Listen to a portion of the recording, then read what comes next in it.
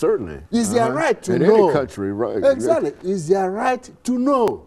It's not a secret. You know, but Dr. Madu, we have talked, and I've talked to you on so many occasions on this very show about democracy in Nigeria. I mean, we've talked about that, and, you know, we've talked about the election of 2007 and all that kind of information. Yes. But it seems that all of this is simply gone away. There's no more, nothing resembling democracy in Nigeria. Absolutely. Is that what we're saying? Absolutely, because the people don't have a say.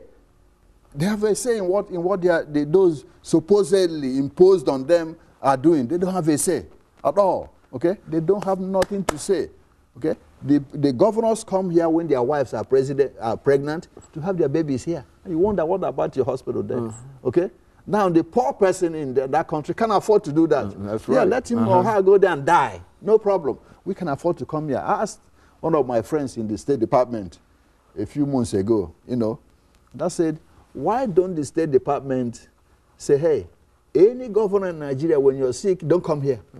Stay over there. In that way, they will think twice and build the hospitals. Exactly, they build the hospitals. But they know if I'm sick, just get a visa to go to London or United States or Germany.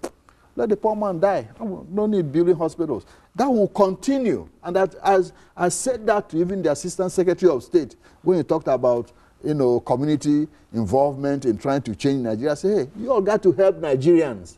That's going to continue. There's no way to break that cycle. That's correct. It appears to me the way it's playing out here. You can't break the cycle the way unless you help us break that cycle. That means you have to say, hey, if you're a governor of a state in Nigeria, when you're sick, don't come here.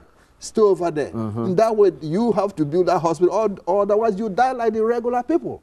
Okay? But when we talk about hospitals, but now there's so much poverty over there that outside of hospitals, you know, that it seems that the wealth that's there could really be used much more effectively by the people if they. So it's a problem with the leaders. Is that what it is? Absolutely. The 95% of those in power now, from president to the governors, we are imposed, not elected. You ask any Nigerian, he will tell you that. Except for the governor of Lagos State or so, who is doing very well. He was really elected. Okay? The majority are doing nothing. And you've interviewed those Lagos people. That's right. That's exactly. Right. They are the ones doing a lot. Even their governor has never traveled out since he became governor. All the equipments they came here, you know, that's what they came here for. It's being used very well in building up Lagos hospitals in Lagos. Okay. Okay, yeah, he's doing very well because he cares about the welfare of his folks. And those you saw here when they came, the same. Kulu. Exactly. Yeah, exactly. You know I remember him well. That's correct. And he was a very, very energetic governor. That's correct. And he was planning on running for the presidency at one time. That's correct. As a matter of fact. That's correct. They are doing very well, okay, because they are dedicated. The rest don't care. And now, what happens? You have a lot of poverty, combine it with Islamic terrorism. You have a combustible, you know, ingredient there. Certainly. And that's what's happening. Okay? Most Nigerians now are poorer than they were in 1960, when the country even had less money. Okay? Now, with Islamic terrorists, you know, rampaging in the north and poverty in the other part of the country, in particular in the Niger Delta, where the oil comes from, you have a very big, terrible situation there that is going to get out of hand. Okay? Where this oil comes from, 90% of the people don't have water to drink because Shell and others have polluted the water. They can't drink their water. They depend on fishing. They can't even fish because the water is messed up. Okay, yeah, they have nothing. That's why you have them now agitating. You have militants agitating in Niger Delta, and they have guns. You know, the acting president, who is Goodluck Jonathan, is from there himself.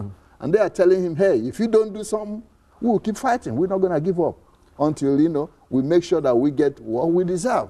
Okay. It seems that they're fighting against such overwhelming odds, though. I mean, if you contend that more than 90% of the folks might be involved in corruption, et cetera, and those individuals that are not involved, no matter how large the group might be, they don't have the power to do it. I mean, they can't get out and say, we're going to have the election of a new president tomorrow or whatever. There has to be a process that goes in that. And it seems to be that there has to be some kind of intervention on the part of somebody. That's correct. And that's why a whole lot of Nigerians now, you know, they don't mind if they have to rise up and tear the whole country down because they are fed up.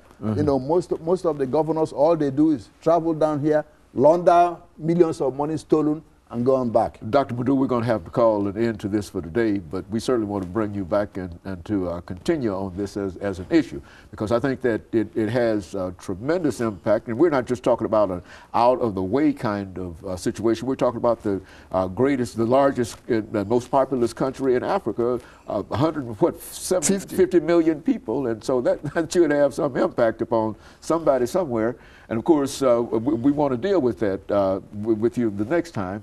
But now,